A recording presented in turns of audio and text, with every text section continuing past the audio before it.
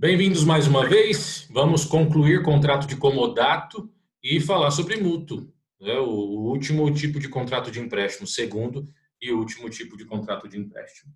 Nós terminamos o nosso primeiro bloco falando da primeira parte do 582, do artigo 582.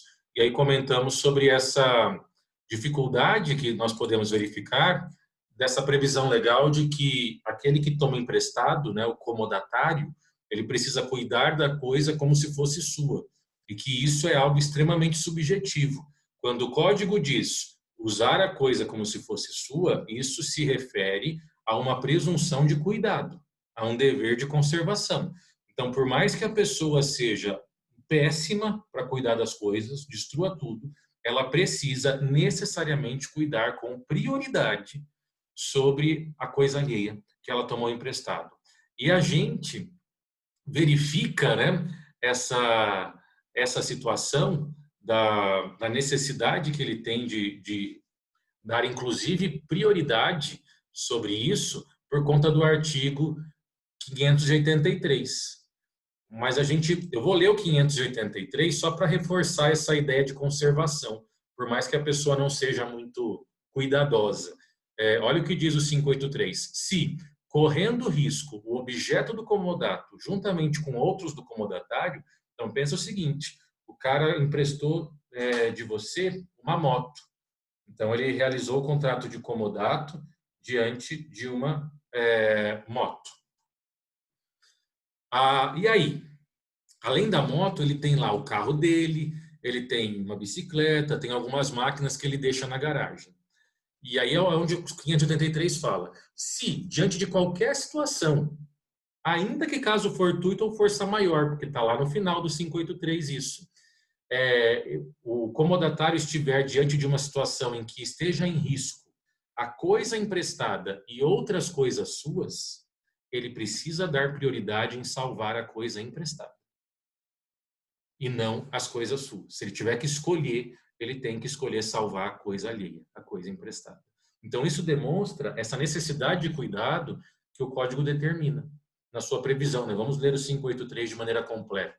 Se correndo risco o objeto do comodato, juntamente com outros do comodatário, antepuser este a salvação dos seus bens, abandonando o bem do comodante, ou seja, no nosso exemplo, se ele se antecipar em salvar o seu carro, a sua bicicleta, as suas máquinas e deixar por último a moto emprestada, ele responderá pelo dano ocorrido, ainda que se possa atribuir caso fortuito ou força maior. Teve uma tempestade, ninguém imaginava e caiu a garagem, ninguém imaginou o que ia acontecer, não interessa. Ele precisa dar prioridade para aquilo que é do comodante. Se ele der prioridade para as coisas suas, ele pode responder um processo por perdas e danos. Isso também acaba sendo um aspecto muito importante e muito curioso quando nós pensamos na configuração, na verificação do contrato de comodato.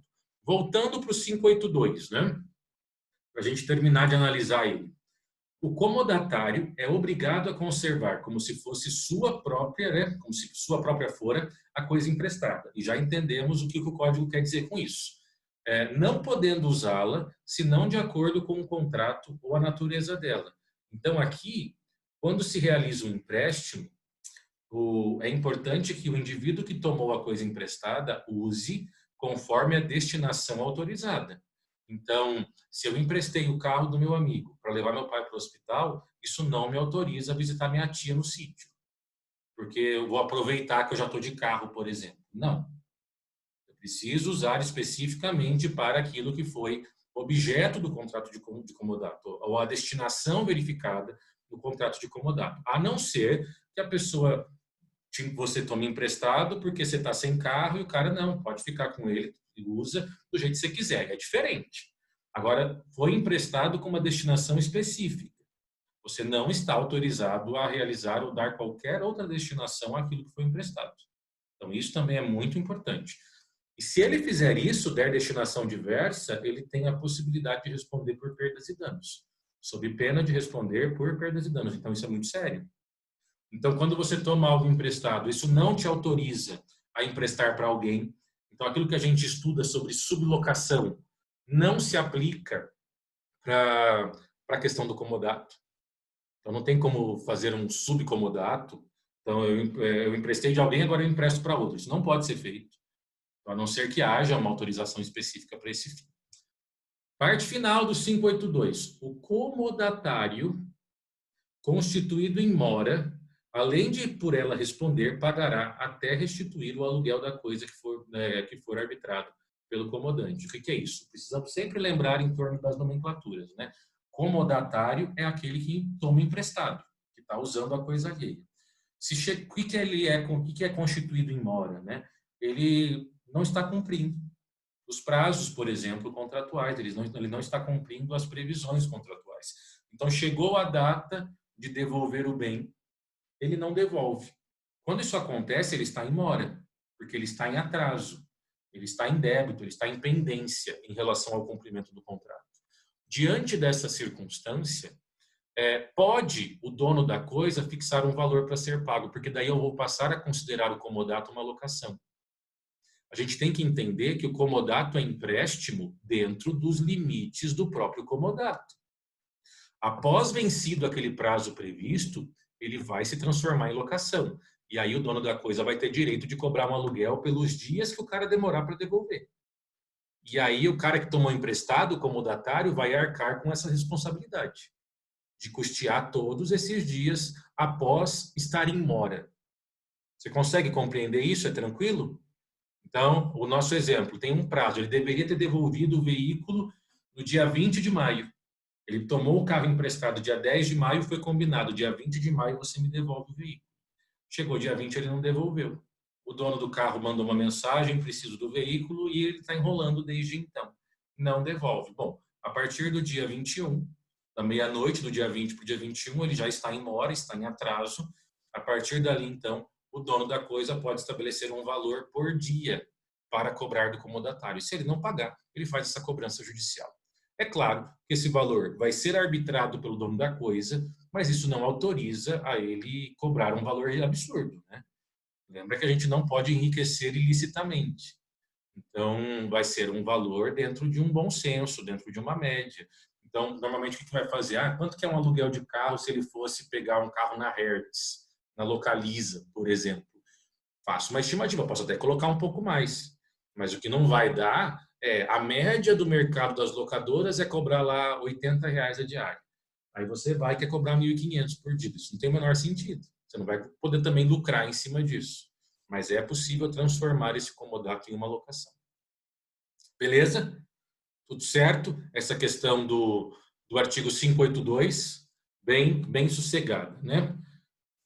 Caso você tenha alguma dúvida, manda para minha mensagem ou abre o áudio e pergunte. Não fique com dúvidas. Outro ponto importante que nós precisamos destacar. Se a coisa se perder nas mãos do comodatário, então aqui é a seguinte situação, e aqui nós não temos uma previsão tão clara. O comodatário está usando a coisa e ele se envolve em um acidente, por exemplo. E a coisa se perde nas mãos do comodatário. O prejuízo é de quem? Do dono. Lembra da regra res perit domino. A coisa perece para o dono. Então, por isso que é importante ter cuidado com quem se faz o empréstimo. Então, a coisa perece para o dono. Se ele conseguir identificar um responsável pela batida, ele vai poder ir atrás? Vai. Mas, num primeiro momento, o dono da coisa assume o risco quando ele empresta de eventualmente a coisa se perder. E aí o risco vai ser dele. Claro que se ele demonstrar que a perda da coisa se deu por falta de cuidado do comodatário, responsabilidade do comodatário, ele vai poder cobrar. Agora, se a coisa se perdeu sem qualquer responsabilidade do comodatário, ele estava andando certinho e vem um carro e bate nele, o comodatário não tem culpa de nada, não vai responder por nada, é o dono do bem que vai ter que correr atrás de tudo. Res perit domino. Precisamos nos lembrar dessa regrinha, que também é uma regrinha lá da teoria geral do processo. Desculpe, da teoria geral dos contratos. Né? Comodato é um contrato unilateral e essa é uma classificação muito importante. Comodato dentro da teoria dos contratos, na classificação, ele é tipicamente um contrato unilateral. Por quê? Porque nós temos efetivamente uma obrigação que ela é cobrada e exigida somente de um lado, que é do comodatário que precisa conservar e usar a coisa com cautela e devolver no tempo convencionado. O único dever do comodante é respeitar o prazo. Então, é um contrato tipicamente unilateral, quando nós pensamos nessa classificação, né? Além disso, do contrato ser um contrato unilateral, um outro ponto que nós precisamos também pensar na classificação, ele é gratuito, como nós já conversamos, ele é real, porque ele acontece pela entrega da coisa, né, pela tradição, ele é informal, pode ser pactuado verbalmente, então gratuito, unilateral, informal, real, né, nós já falamos, duradouro. Eu posso ter um comodato por anos, que acaba acontecendo bastante quando tem pais que têm vários imóveis e eles cedem um dos seus imóveis para o filho que casou morar, por exemplo. E o filho nunca pagou aluguel, isso é um típico comodato. E ele está lá morando há 20 anos na casa que é do pai, comodato. Típica situação de comodato. Então, comodato é duradouro, né? E uma última classificação que nós temos para o comodato é que ele é personalíssimo. Comodato é contrato personalíssimo. Por que que ele é personalíssimo? Porque eu empresto para aquela pessoa especificamente, né? Eu quero que ela cumpra o contrato. O dever é dela, o dever é individual, não é transmitido. Então, não é passado de maneira sucessória. O comodatário morreu, acaba o comodato. Não vai transmitir para os herdeiros o direito de empréstimo. Então, é um contrato personalíssimo. Temos que tomar aí um cuidado em relação a essa questão. Voltando ao código, para a gente fechar o comodato nos seus últimos dispositivos. 584. O comodatário não poderá jamais recobrar do comodante as despesas feitas. Então, o que ele gastou de gasolina, as despesas que ele fez, que são despesas naturais para o uso da coisa, jamais poderão ser cobradas ao dono do objeto, a não ser se nós estivermos diante de uma despesa extraordinária. Então, o carro estava na mão do comodatário e fundiu o motor. E não foi por culpa dele, não é ele que vai ter que retificar o motor. Isso não é culpa dele, não faz parte da sua responsabilidade. O que ele precisa custear e não pode cobrar é as despesas de uso, como combustível e esse tipo de coisa, sabe? Às vezes colocar uma água no motor, verificar essas coisas e tal. Isso, despesas normais, ele precisa realizar. Não sei se você já viu isso, aqui no interior acaba não sendo muito comum, mas vários postos cobram para calibrar pneu, dependendo do lugar onde você vai. Então, calibragem de pneu também é despesa de uso, não vai poder cobrar do dono da coisa. Só precisou calibrar porque você está usando, né? E o último artigo do comodato, 585, se duas ou mais pessoas forem simultaneamente comodatárias de uma coisa, elas serão solidariamente responsáveis perante o comodante. Emprestei para duas pessoas, um casal de amigos ou de colegas, os dois são solidariamente responsáveis. Vão responder de maneira conjunta. E aqui é a obrigação solidária que você já estudou, tá? Para a gente fechar comodato e ir para o mútuo. E as benfeitorias? Como que fica a tutela das benfeitorias? Eu empresto uma coisa minha e o indivíduo realiza ali alguns ajustes, algumas reformas, algumas obras na coisa que eu emprestei. Eu, dono, preciso devolver o dinheiro? As benfeitorias no comodato, elas seguem a mesma regra das benfeitorias na locação, ok? Então, tudo que a gente viu sobre benfeitorias na locação se aplica para o comodato. Então, se o indivíduo que é o comodatário, que tem a coisa emprestada, realizou uma benfeitoria necessária, ele tem direito de restituição. Ele vai ter que ser indenizado pelo gasto com a benfeitoria necessária, né? Se a benfeitoria realizada for útil, Ele só terá direito de ter a devolução do dinheiro se a benfeitoria foi autorizada pelo dono da coisa. Se ela não foi autorizada, ele não tem direito de devolução do que gastou. E se a benfeitoria for voluptuária, aí que ele não tem direito mesmo, né? Vai depender só de uma boa vontade do dono mesmo. Ele não é o dono, não é obrigado a pagar. Então, você emprestou sua casa de praia para o cara e o cara foi lá e achou muito bonito uma cor que ele viu numa casa e decidiu pintar o muro. Mas o muro já estava pintado. Ele pintou o muro porque ele quis, porque achou bonita aquela cor, queria olhar para aquela. Você vai ter que pagar para ele o serviço? Não.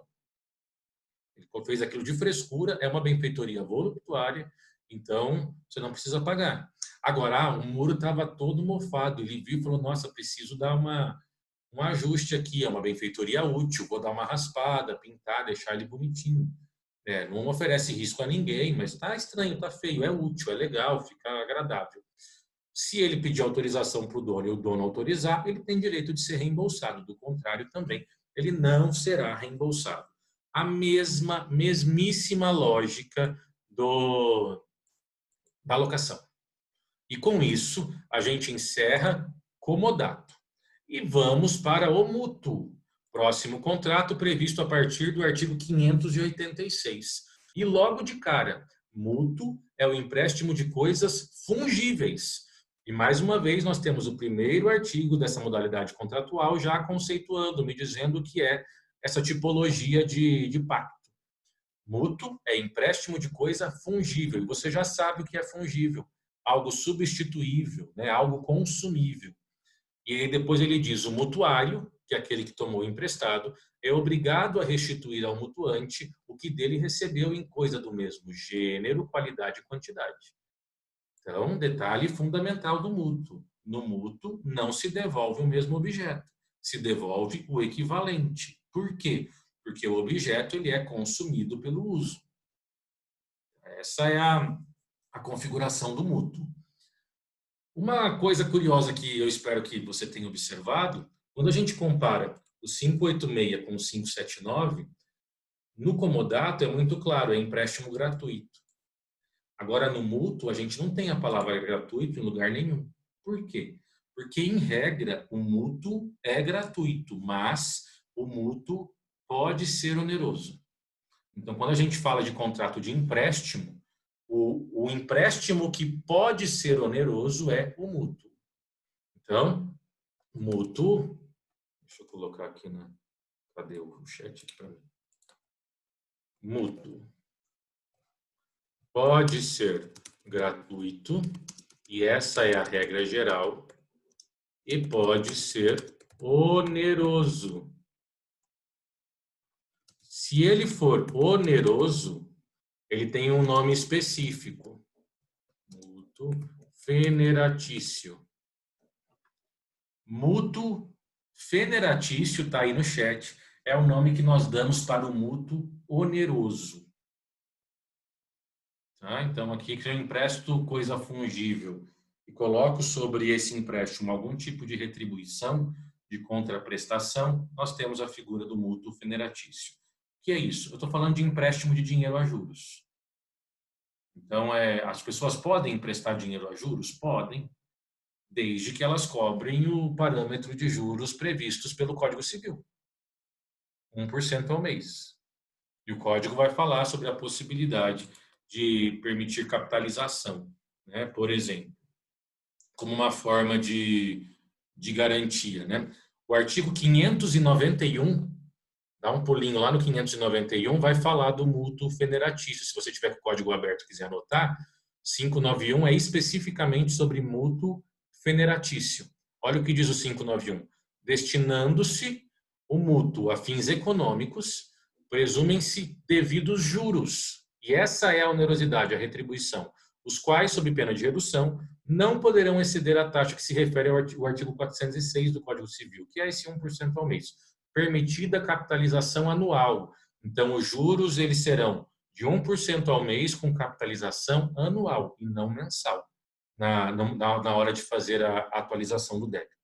Tá bom? Se eu tenho empréstimo de dinheiro com cobrança de juros e correção monetária, isso se chama mútuo feneratício. É um detalhe que acaba sendo muito importante para nós observarmos, né? A gente comentou que o mútuo também pode ser chamado de empréstimo de consumo, porque a coisa utilizada e emprestada ela é consumida. Então, a coisa que foi emprestada, ela não é ela mesma devolvida, se devolve o equivalente em mesma qualidade, quantidade e gênero, e isso é a própria definição que o artigo nos dá, né? O artigo 586 nos deixa isso de maneira bastante claro, e nós temos algumas outras perspectivas que são distribuídas ao longo dos artigos, né? As suas características, elas são muito parecidas com as características do comodato. Vamos dar uma olhada no 587. Este empréstimo, o mútuo, ele transfere o domínio da coisa emprestada ao mutuário. Por sua conta, correm todos os riscos dela, desde a tradição. Quem vai ser o responsável aqui pelo cuidado com a coisa? O responsável é o mutuário. E aqui, e preste muita atenção aqui, jovenzinho, preste atenção. Mais uma diferença importante entre comodato e mútuo. Nós lemos nos artigos do comodato que se transfere a posse. E o 587 deixa bem claro que se transfere o domínio. Você vai estudar domínio em direitos reais mais para frente. Não é o nosso objetivo ou papel aprofundar essa discussão sobre domínio e propriedade. Por hora, você pode entender que domínio é algo muito próximo da propriedade. Você vai aprender em direitos reais que não são sinônimos, só que dá para a gente usar como sinônimo para essa aplicação. No mútuo, eu transfiro a propriedade, entre aspas, o domínio da coisa. E se a pessoa que tomou emprestado se torna o indivíduo com domínio e ela perde a coisa, res perit domino. Agora é o mutuário que tem o domínio e se a coisa perecer, perece para o mutuário e não para o mutuante. Ele vai continuar tendo que devolver. Exemplo, empresto R$100 para o meu colega. Quando eu emprestei os R$100, e por que eu transfiro o domínio? Entenda a lógica por detrás disso, pessoal. Quando eu faço um mútuo, a pessoa pega emprestado algo que era minha e não vai me devolver a mesma coisa. Se eu empresto R$100, ele não vai me devolver a mesma nota. Ele vai me devolver o equivalente. Então, essa é a lógica por detrás do mútuo. Aqui apareceu que a internet está instável. Vocês estão me ouvindo bem? Apareceu um recado aqui de internet instável. Está tudo certo por aí? Qualquer coisa você me avisa se travar, acontecer alguma coisa, tá? Beleza. Eu mandei a anotação do Feneratício no privado. Obrigado, Heloísa, por ter mandado para o pessoal. Parece que agora já regularizou, né? Qualquer coisa me avisa, tá? Vamos entender o seguinte, quando eu faço um mútuo, eu entrego uma coisa minha para a pessoa usar e consumir. Ela vai me devolver o equivalente, mas ela não me devolverá exatamente aquilo que foi emprestado. Ela me devolve uma outra coisa de mesmo gênero, qualidade e quantidade, mas não é exatamente o mesmo objeto. Então, o domínio foi transferido, porque eu não vou ter aquele objeto de volta. Eu vou ter outro objeto de volta equivalente. Então, eu emprestei R$100 em duas notas de 50, ela não vai me devolver exatamente essas mesmas notas. Ela pode me devolver os R$100 com duas notas de 50, outras notas, uma nota de 100, 5 de 20, enfim. Então, eu recebo outra coisa equivalente. Por isso que nós temos a transferência de domínio. Logo, se a coisa se perder depois de emprestada, quem perdeu, com quem estava, essa pessoa vai arcar com prejuízo. Res perit domino. Quem tem o domínio tem o prejuízo. Então, no nosso exemplo, emprestei R$100 para uma pessoa, a pessoa saiu e perdeu, o problema é dela.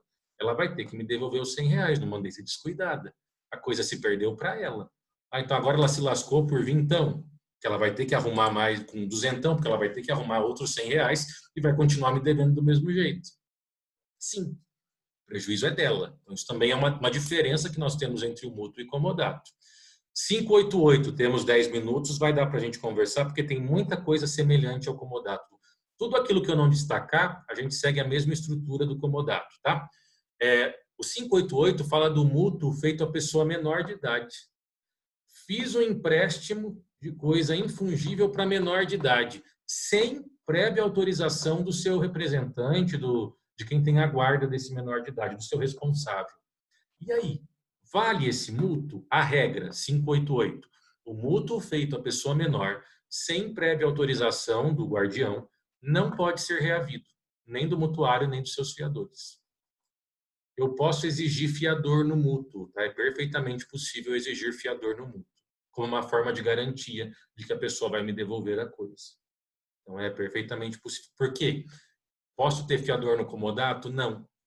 Porque no comodato, como o objeto é infungível, o próprio objeto se garante, ele volta para você ainda que judicialmente. Agora, no mútuo, como o objeto é destruído pelo consumo, eu tenho que ter o equivalente, eu posso fixar uma garantia para minimizar os meus riscos de não ter devolvido o equivalente daquele objeto. Então, é possível fiança no mútuo, sim. Se eu fiz esse empréstimo para menor, ainda que eu tenha colocado fiador, em regra, eu não vou conseguir exigir essa devolução, se eu não tive autorização prévia do seu representante legal. Só que nós temos exceções, essa é a regra, e o que não faltam são exceções. Onde estão as exceções a isso? 589. Cessa a disposição do artigo antecedente, né? Cessa essa impossibilidade de reaver o que foi emprestado. Quando? Se o representante legal ratificou posteriormente. Então, eu não consegui a autorização dos pais do menor antes, mas ele deu autorização depois. Se o representante ratificou o mútuo, aí eu consigo reaver, consigo exigir, consigo cobrar. Segunda exceção, se o menor, estando ausente essa pessoa, o representante legal, se viu obrigado a contrair o empréstimo para os seus alimentos habituais. Então, se o menor fez o empréstimo, fez o contrato de mútuo para conseguir comer, para se alimentar, eu também consigo a restituição. Porque diante da necessidade, se ignora a autorização do representante. E aí eu considero como se o representante tivesse autorizado e eu vou poder cobrar, sem nenhum problema. Terceira exceção, se o menor tiver bens ganhos com o seu trabalho.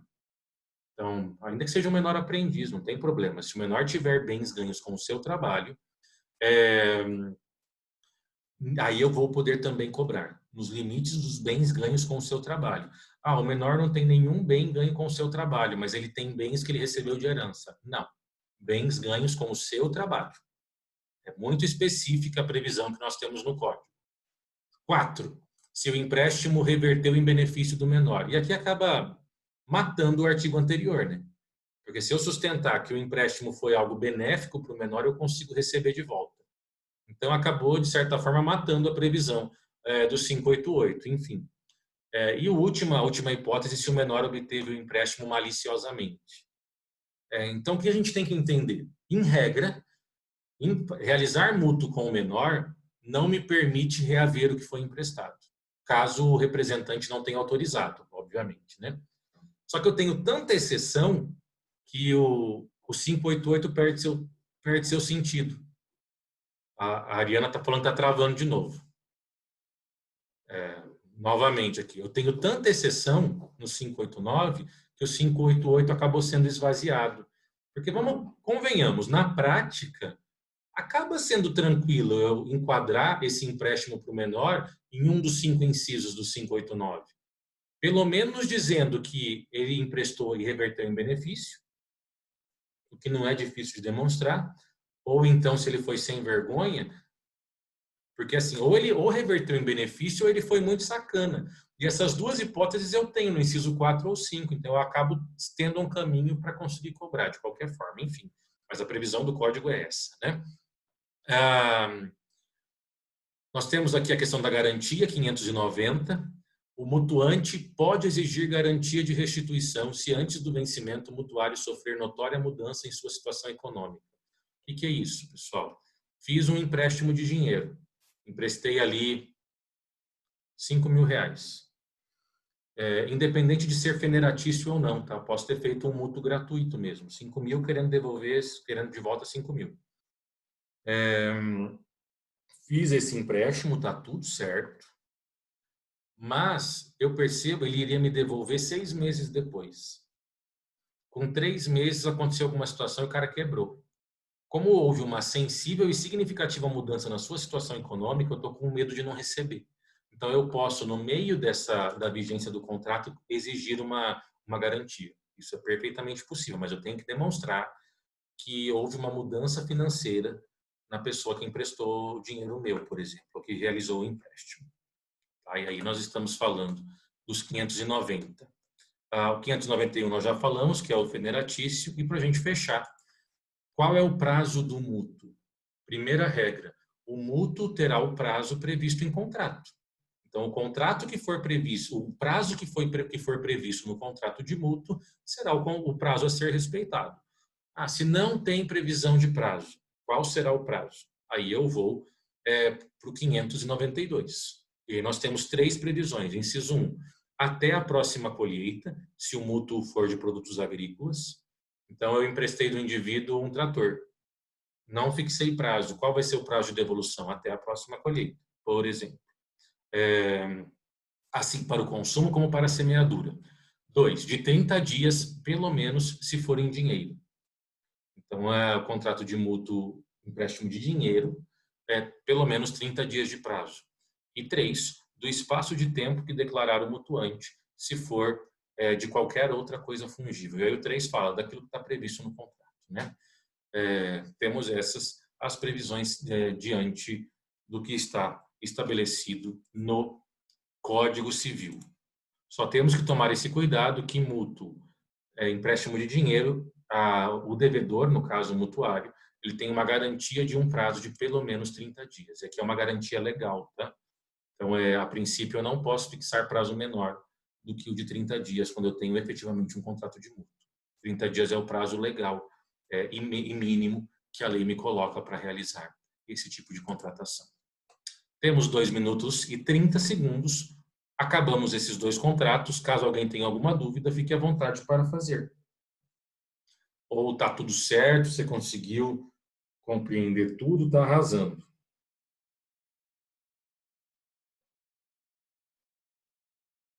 Hein? Tudo certo? Sendo assim, muito obrigado pela participação e companhia de vocês. Tenham todos um excelente resto de semana. Nos vemos na semana que vem. Beleza, pessoal? Fiquem com Deus. Tchau, tchau. Até mais. Boa noite para todo mundo.